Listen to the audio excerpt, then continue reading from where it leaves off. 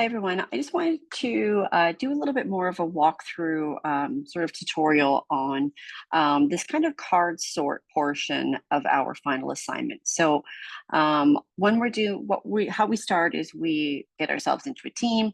It is important to research similar interfaces. So you can do that through Google. You can look at your own platforms and click through things. So click through to see how you accessed profile information on an Xbox, how you might access, your stored games on a Nintendo, etc. So every system will have its own UI navigation, and it's up to you to intuitively, to the best that you folks can, and through your own personal research of what's out there and from each other, what is the best way to organize these items, which is our deliverables. So keeping that in mind, we're going to use Miro for this. As I mentioned in here, I believe it says you can use, oh no, I took that out. I was gonna say Optimal Workshop, but you will have to use Miro because of the amount of deliverables. So what you're gonna do is take each and every one of these deliverables and we're gonna put them on a Post-it note in Miro. So you can do this individually on your own. And then reconvene with your group. But I strongly suggest just carving out a small amount of time. To be honest, I personally think it could be done in probably 30 minutes maximum. And as a team online, you're going to go and rearrange these cards, we call them. So these are cards, and what we need to do is find a way to organize them into their common themes, and then also categorize them. So if I'm taking these and I need to start to sort them, I will say home is probably going to be up on its own. And that's where we're going to access a whole bunch of stuff. So I'm going to put home off to the side, and then I'm going to give that a different color. So what other details do we have on here? We have things like profile, subscription details, payment. I'm starting to see a theme here. So if I put profile, subscription details, and payment together, these are starting to kind of follow within a theme. Accessibility, or say we could change this also to settings. So you could also choose to, we can say strike through. We're going to call this settings. Because you are also allowed to do that, and it notes that in the assignment you're welcome to add or change them and change the nomenclature of the pages as well. So I want you to find what works best for you. So settings, maybe settings is under here. And now we're starting to see other things. So games, coming soon, etc. Once we feel we have grouped all of these cards, we call these cards, now we're going to categorize them. So how can we categorize them? So again, it's great to represent that with another color. So say, for example, we use pink, and we're going to, maybe we call this profile. And instead of having a profile card, we delete it, and now we just categorize everything as a card. Maybe custom avatars under here. Maybe instead we have a settings menu, and we're going to put other things in here. Maybe storage goes in there. Maybe updates go in there. Maybe UI theme goes in there.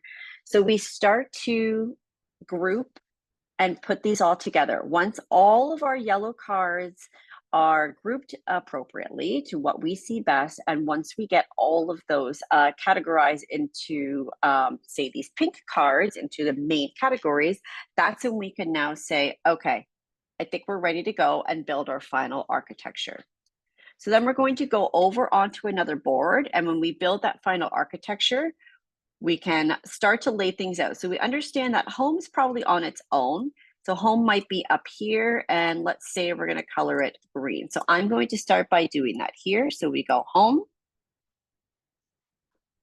and we're going to go right in there and say home. Now I'm going to go to my next level. So home is my top tier. One step down, we're going to go down to profile. And then say my next one is settings. and et cetera, et cetera. So you might end up with category 3, oops, category 3, and then we might have category 4, and then we can continue to build this out. So now we have profile settings. Say, for example, we've got category 3, and then we can go over here and we can call this category 4. So once we have that all done and dusted for our main categories, then we start to recopy what we had under here. So what do we have? Subscription details. So we can copy that copy. And now again, let's go and we make another one of these and we call it subscription details. We can capitalize to stay consistent. And then of course, once we get down to another level, color coding works because it just helps build a little bit more of an intuitive, visually intuitive architecture. And then say here we have payment, et cetera, et cetera. So again, once we have everything categorized, say for not looking at what these actually are, and some pages might have more, some categories might have more, I should say. And maybe we've got an extra one in there. So we'll make sure we add an extra one over here. So now we've got category 5.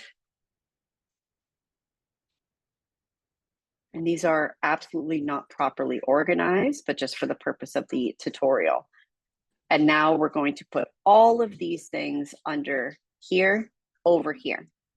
And again, just like you might have seen when we're doing a user flow, we want to reflect that same organization within our architecture. So we want to make sure that our spacing is even, it's easy to read, it's organized. So we just want to make sure that when we visually see this, it's easy to grasp what is there, to visually see how that information is going to be organized. The last part of that architecture, so we can call this IA, and then we can call this our card sort.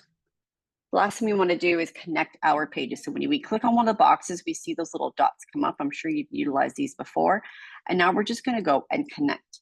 Making sure the type of lines is this nice angled line. When they're straight, it tends to get a little disorganized. And when they're curved, it gets disorganized as well. So making sure we're over on this middle one. And things like that. Make sure now we know it's nice and straight. Oops.